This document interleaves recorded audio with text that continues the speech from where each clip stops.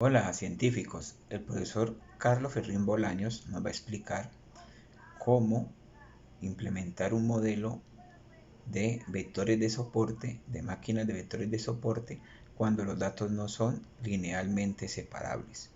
Él nos va a mostrar cómo implementar funciones kernels para poder solucionar esta situación. Bienvenido.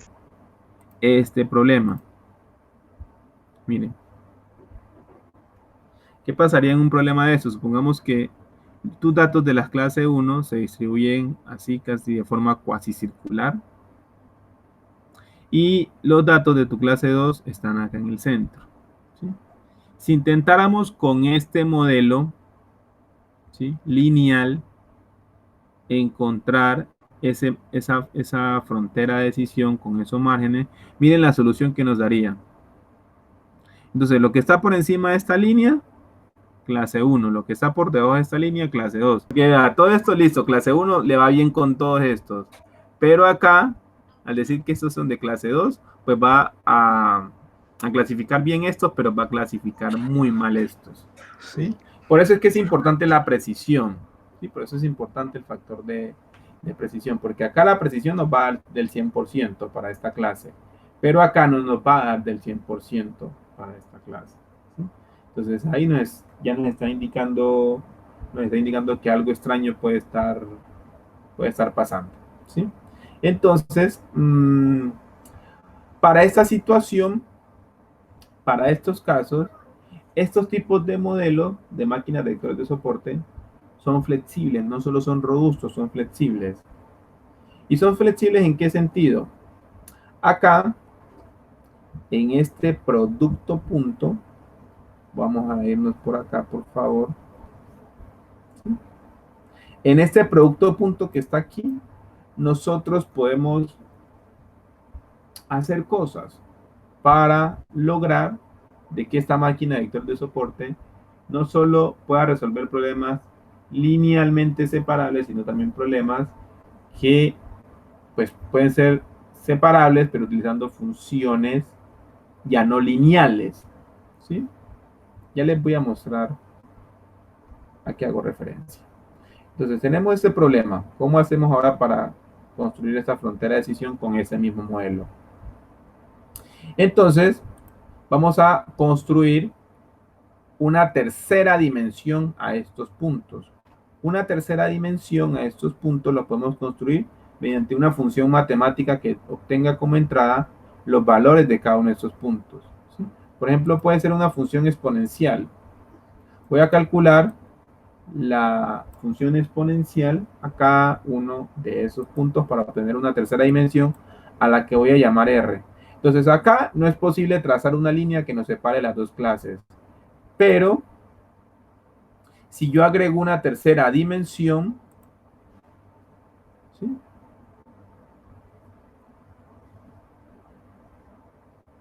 Mire, si yo agrego una tercera dimensión, si lo veo en el plano, ¿sí?, si lo vemos así en el plano, miren que no hay posibilidad de trazar una línea que nos separe estas dos clases.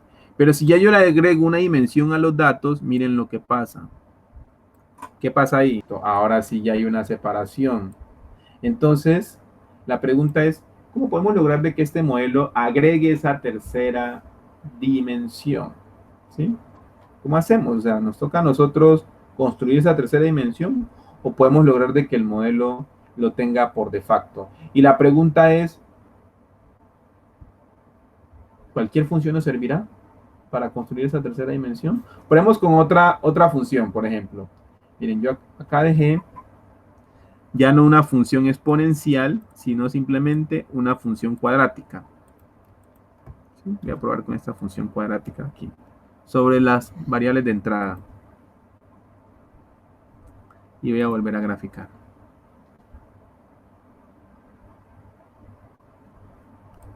Miren que así, si lo vemos en el plano, así, si lo vemos en el plano, no es linealmente separable. Pero la tercera dimensión, miren lo que hizo la tercera dimensión. La tercera dimensión sí me logró separar los patrones. ¿Sí? Me logró separar los patrones. Entonces quiere decir que hay otra función matemática, además de la exponencial, que puede lograr darme una tercera dimensión a los datos y que logre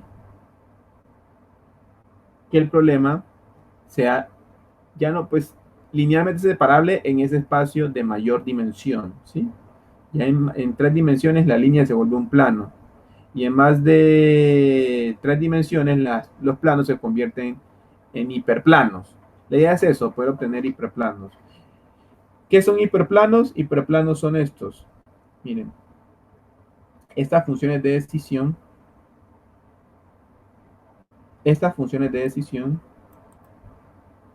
son ecuaciones de hiperplanos, ¿sí?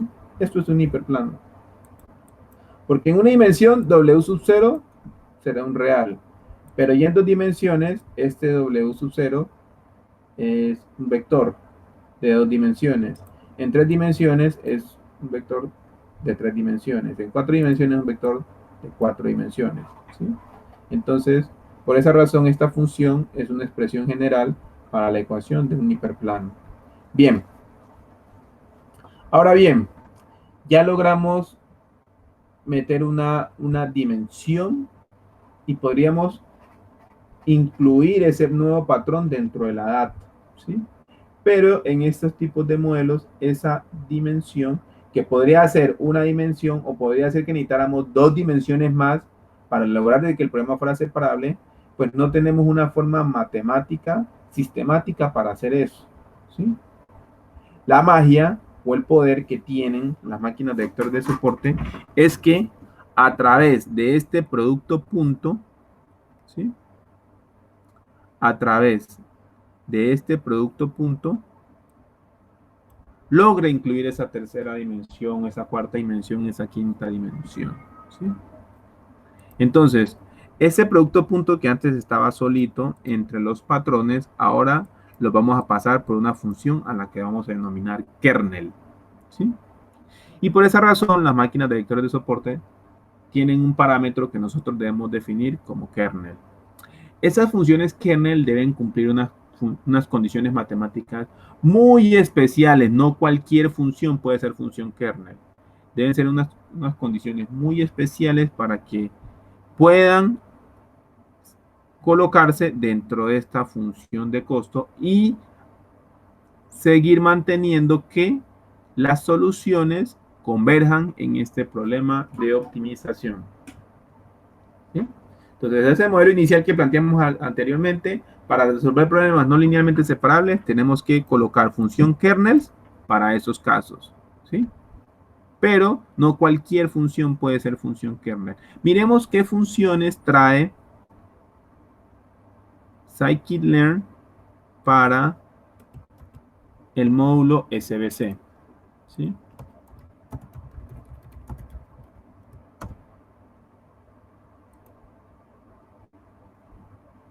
Miren las funciones kernel que trae. Trae la lineal, ¿sí? O sea, yo puedo colocar una función lineal como kernel, puedo colocar una función polinómica, puedo colocar algo que se llaman funciones de base radial, que básicamente son funciones gaussianas, ¿sí? Funciones gaussianas. Puedo colocar funciones sigmoidales o yo puedo pasarle un precómputo de esos productos puntos afectados por una función que yo haya definido, ¿sí? Es decir, yo puedo pasar mis propias funciones kernel a las máquinas de vectores de soporte. Entonces es una flexibilidad impresionante la que tienen este modelo con esta función kernel, ¿sí? Entonces la pregunta es, ¿cómo hicieron para descubrir esto? Pues ahí es donde tenemos que hacerle la venia a los matemáticos, ¿sí? Porque son ellos los que se ponen a estudiar estas cosas y se dieron cuenta que al colocar esto, ¿sí? Esta función en este producto punto, miren que inicialmente no estaba el K, ¿sí? Miren que en nuestra descripción matemática inicial no estaba ese K, ¿sí? Miren, solo estaba el producto punto entre xy y xj, ¿sí? Acá a los matemáticos se les ocurrió colocar esa función kernel en el producto punto y descubrieron dos cosas. Uno, que gracias a esa función kernel los datos adquieren uno o más dimensiones adicionales a las que tienen. la cantidad de dimensiones que van a tener van a depender de la función kernel, ¿sí? Y al momento de solucionarse, el problema se va a tratar de ir hasta la máxima dimensión donde logra encontrar un plano o un hiperplano de separación, ¿sí? Eso es lo que mágicamente ellos hacen por debajo al colocar esas funciones kernel, ¿sí? Y dos, lograr que el problema siga convergiendo, ¿sí? Es decir, que yo siga obteniendo multiplicadores de Lagrange y que esos multiplicadores de Lagrange sigan cumpliendo con esas condiciones y que para los vectores de soporte, pues yo obtenga la condición de que el multiplicador de Lagrange es mayor a 0 y para los otros menores a 0.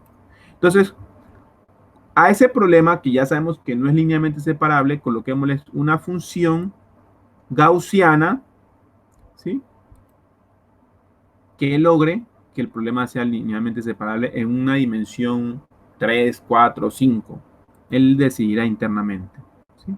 Entonces miren que cuando hacemos eso, ya no tenemos una línea de separación, tenemos un círculo de separación, ¿sí? Y miren todos los vectores de soporte que están ahora dentro de ese margen, ¿sí? Tanto del margen externo como dentro del margen interno, ¿sí? Entonces, a mí esto me parece genial, ¿sí? Me parece genial que con solo una modificación en la función de costo ya tengamos un modelo que no solo trabaja con problemas linealmente separables, sino también con problemas no linealmente separables, como es el caso de una función circular para lograr separar esto, ¿sí? Entonces, ya yo voy a tener que para los puntos que están dentro de este círculo, clase 1, y para los que están por fuera del círculo, clase 2, ¿sí?